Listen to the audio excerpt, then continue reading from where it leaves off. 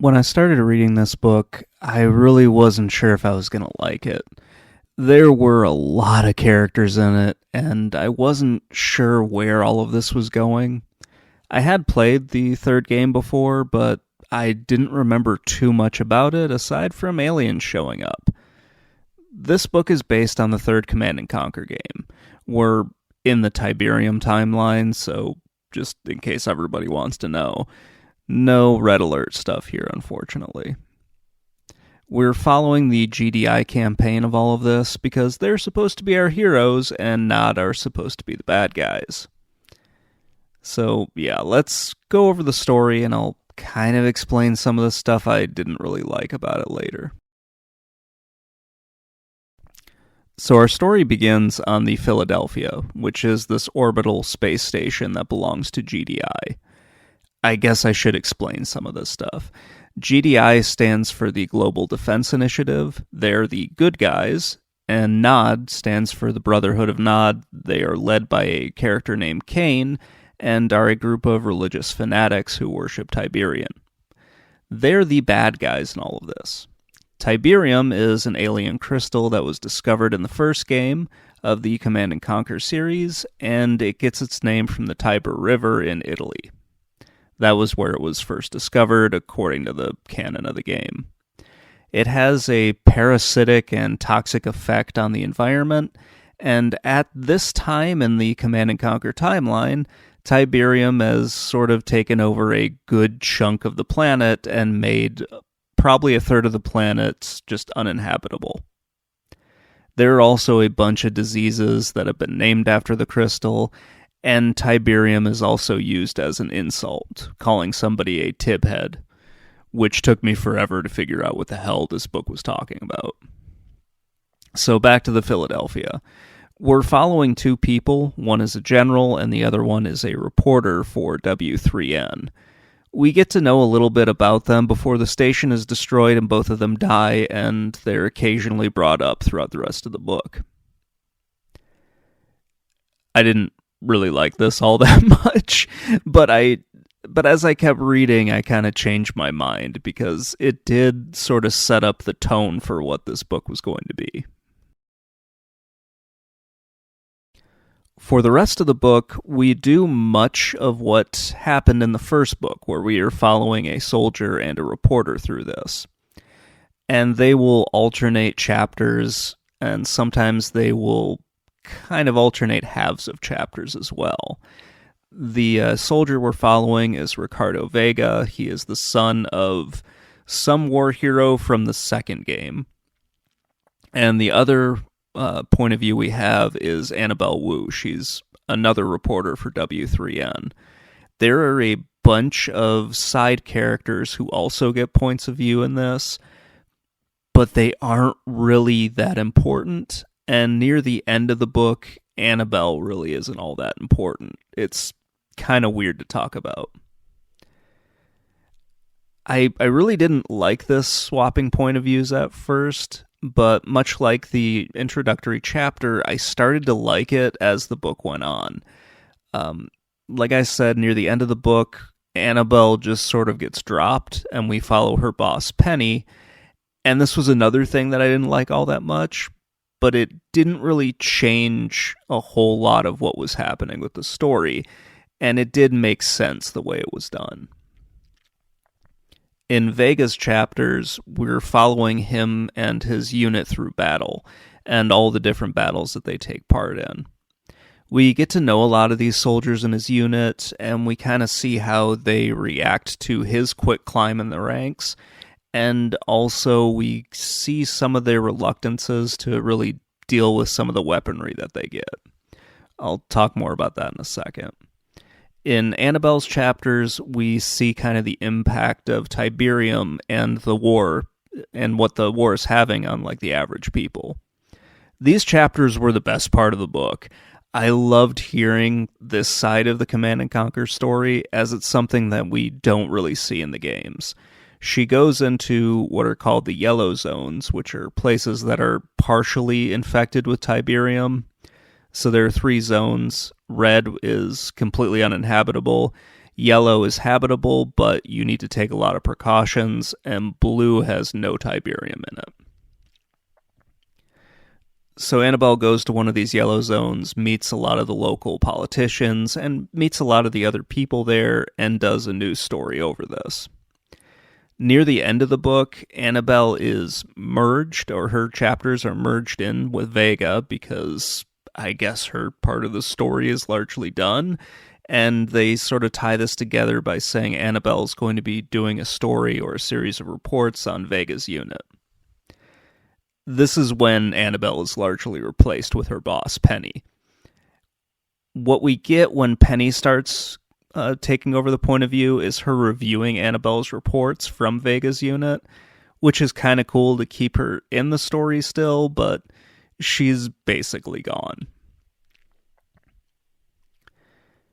I still don't understand why the aliens show up, but the aliens show up at the end. So something happens, they blow up some liquid Tiberium while trying to kill Kane. That signals the aliens, which we didn't know about, to come and attack Earth. And this happens in like the last 50 pages of the book.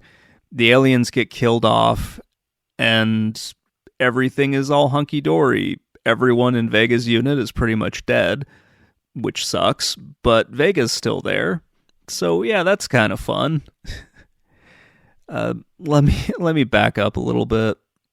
Sorry, that the alien thing is just like a jump the shark moment for both the book and the game, but let me back up a little bit. Vega and his unit win a bunch of fights, and they end up getting some new weaponry along the way. It's said they're kind of like the test bed for all the weapons in the game, or at least all the new technology and whatnot. This kind of helps to tie the two stories together, because through Annabelle we hear how dangerous Tiberium is, and then at the end of the book, GDI creates these energy weapons that are powered on Tiberium, and Vega's unit has to test them out. So we've been hearing how dangerous Tiberium and Tiberium exposure is, so at the end you see them using these weapons that are powered by Tiberium, and they start leaking and everything, so it kind of builds up this whole sense of danger and everything. So the aliens attack, and all of a sudden there is a sort of truce between Nod and GDI, because Nod hasn't heard from Kane, and all of a sudden there's this threat that's attacking both Nod and GDI. So the two groups kind of team up together in sort of localized attacks, and they start attacking these towers that the aliens are building. They take out the one in Australia, and we learn kind of off-screen that they've taken out all of the other towers with the exception of the one in Italy, because all of a sudden Kane is now alive again, and he's telling, basically he's told Nod to not side with GDI, so they're kind of pushing back. There's a lot of infighting in Nod and everything, but we don't really get to see that. They go to Italy, they take out the last tower, and then we're kind of told in an epilogue what happens after that. Vega's okay, Annabelle's okay. We see Annabelle's last report and everything. And then we get a little message from Kane, because Kane's still alive, and he kind of alludes to there being a sequel to this. So basically leading into Command & Conquer 4. Spoiler alert, it's gonna suck.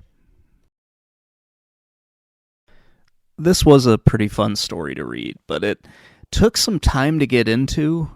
I was surprised at how quick I was able to read this. It really seemed like it flew by, and it's close to a 300-page book, but it never really felt like it. It does a good job of telling the story of just the people in the game, not necessarily the soldiers, but just like the regular people.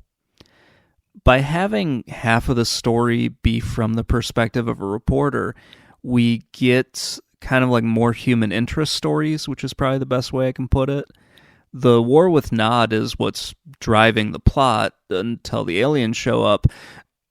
We get these breaks where Annabelle is talking to just normal people and exploring how they live with Tiberium and what Tiberium is really doing to the planet.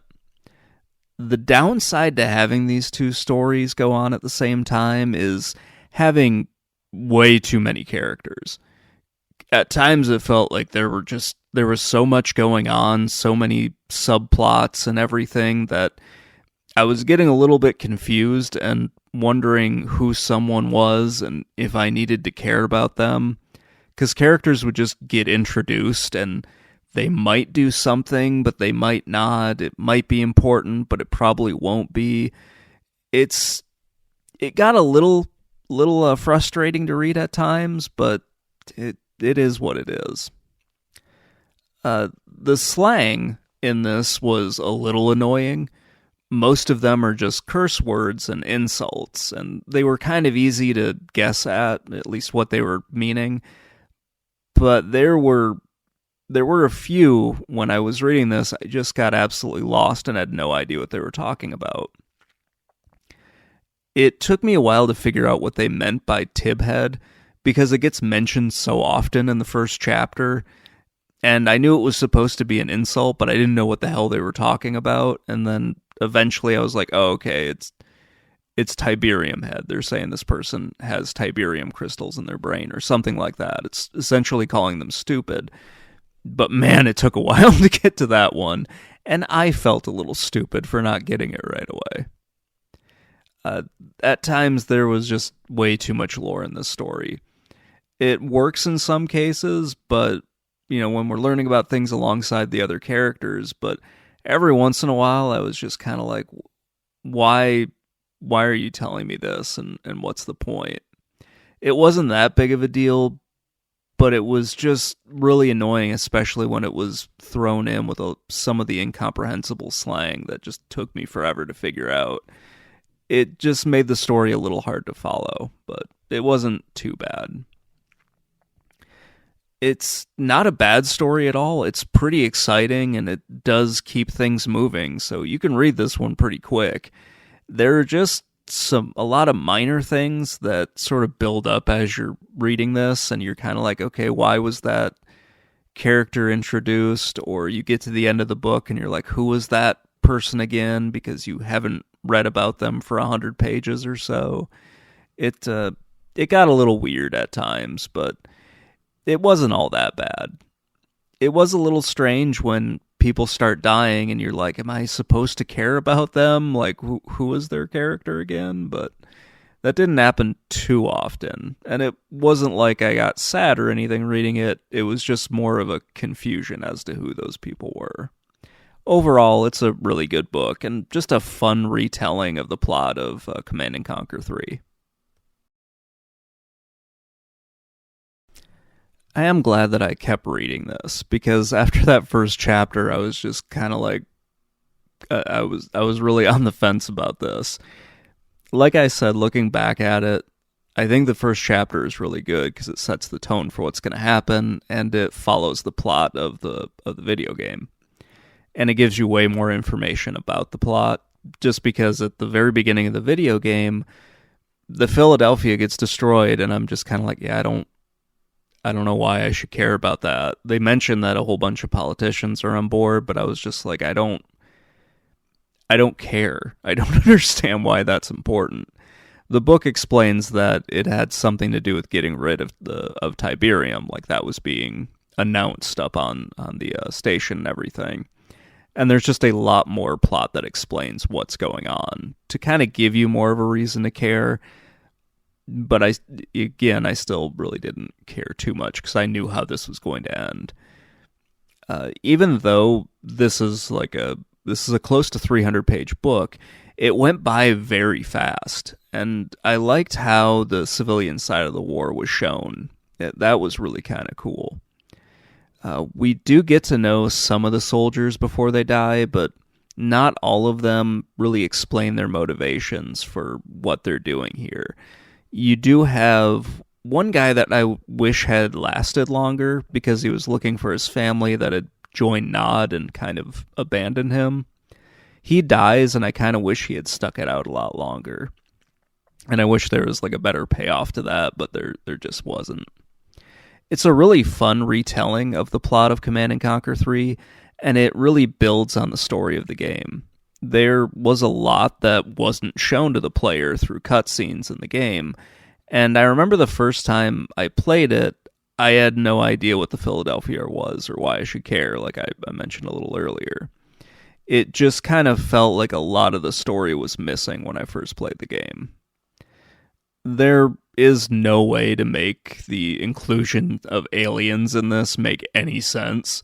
They just kind of get tossed in at the end of the book, just like they were at the game, and it just sort of makes them feel like an afterthought. You would have expected the aliens to become like another faction in the series moving forward, and maybe to learn something about them, because as it stands, they just sort of appear, and then you have to fight them, and that's kind of it, really. So, yeah, the aliens don't need to be here at all. They didn't need to be in the game. They didn't need to be in the book. They just didn't need to exist in the franchise at all. And sort of that is reinforced by the fact that they're never brought up again in the Command and Conquer games. Yeah, unless they magically are in 4, but I don't ever remember caring enough to find out. So, yeah. Just a weird jump the shark moment. Anyway, that's going to wrap things up. I did enjoy this book. I thought it was a lot of fun. So if you want, check out Command and Conquer Tiberium Wars. It's a pretty fun book and pretty easy to get a hold of now. We'll talk to you all later. Bye.